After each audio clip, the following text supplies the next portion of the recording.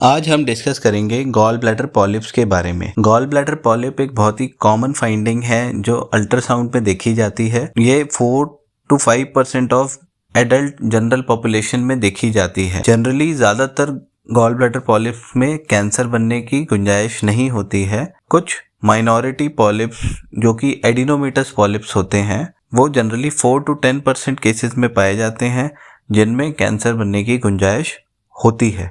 बहुत सारी surgical series देखी गई हैं जिसमें यह पाया गया है कि साइज ऑफ द पॉलिप एक सबसे बड़ा रिस्क फैक्टर है कैंसर प्रेडिक्ट करने का, और जो भी एडिनोमेटस पॉलिप 10 मिलीमीटर या उससे बड़े साइज का है उसमें 37 to 55% चांस है कैंसर बनने का। मगर यह पता लगाना कि हमें जो पॉलिप है वो एडिनोमेटस पॉलिप है या नॉन एडिनोमेटस है, यह अल्ट्रासाउंड पे या सीटी स्कैन पे नहीं पता चल पाता है और जनरली ये ऑपरेशन के बाद ही पता चल पाता है।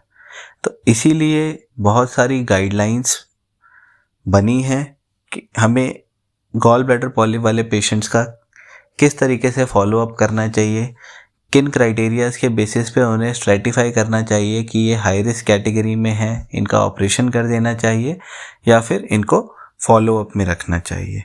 जो रीसेंट गाइडलाइन है यूरोपियन सोसाइटीज़ की वो यह रिकमेंड करती हैं कि ऑल पॉलिप्स यानी सारे पॉलिप्स जिनका साइज़ 10 मिलीमीटर से बड़ा है और वो पॉलिप्स जिनका साइज़ 6 मिलीमीटर से बड़ा है मगर रिस्क फैक्टर्स हैं, उन लोगों को ऑपरेशन की ज़रूरत है, उन लोगों को ऑपरेशन के लिए जाना चाहिए। और बाकी सारे पॉलिप्स को 5 ईयर फॉलोअप पे रखना चाहिए जिसमें हर साल उनका एक अल्ट्रासाउंड कराना चाहिए। जनरली यह भी रिकमेंडेड है कि पॉलिप की ग्रोथ बहुत ज़्यादा नहीं होती है। अगर किसी पॉलिप की ग्रोथ 2 मिलीमीटर या उससे ज़्यादा हो जाती है तो इन केसेस में भी ऑपरेशन करा लेना चाहिए। क्या हाई रिस्क फीचर्स होते हैं?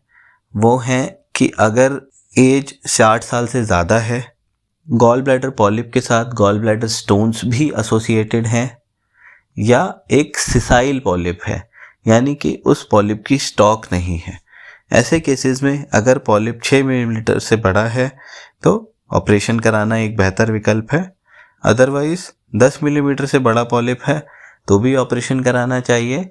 और अगर पॉलिप 2-3 मिलीमीटर के हैं, मल्टीपल पॉलिप्स हैं, साथ में कोई स्टोन एसोसिएटेड नहीं है, यंग पेशेंट में पॉलिप पाया गया है और फ्यूचर अल्ट्रासाउंड्स में पॉलिप का साइज़ नहीं बढ़ रहा है, तो इन केसेस में फॉलोअप में अल्ट्रासाउंड करते रहना चाहिए जिसको 5 साल तक रिकमेंड किया जाता है और हर साल एक बारी अल्ट्रासाउंड कराना चाहिए।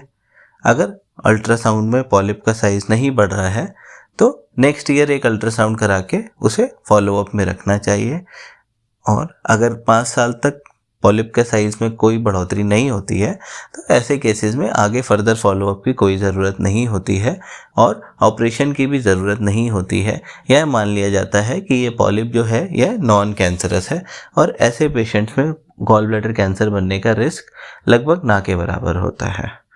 अगर आपको गॉल ब्लैडर पॉलिप से रिलेटेड कोई और क्वेरी है और आप हमसे डिस्कस करना चाहते हैं तो आप हमसे डिस्कस कर सकते हैं। Thank you.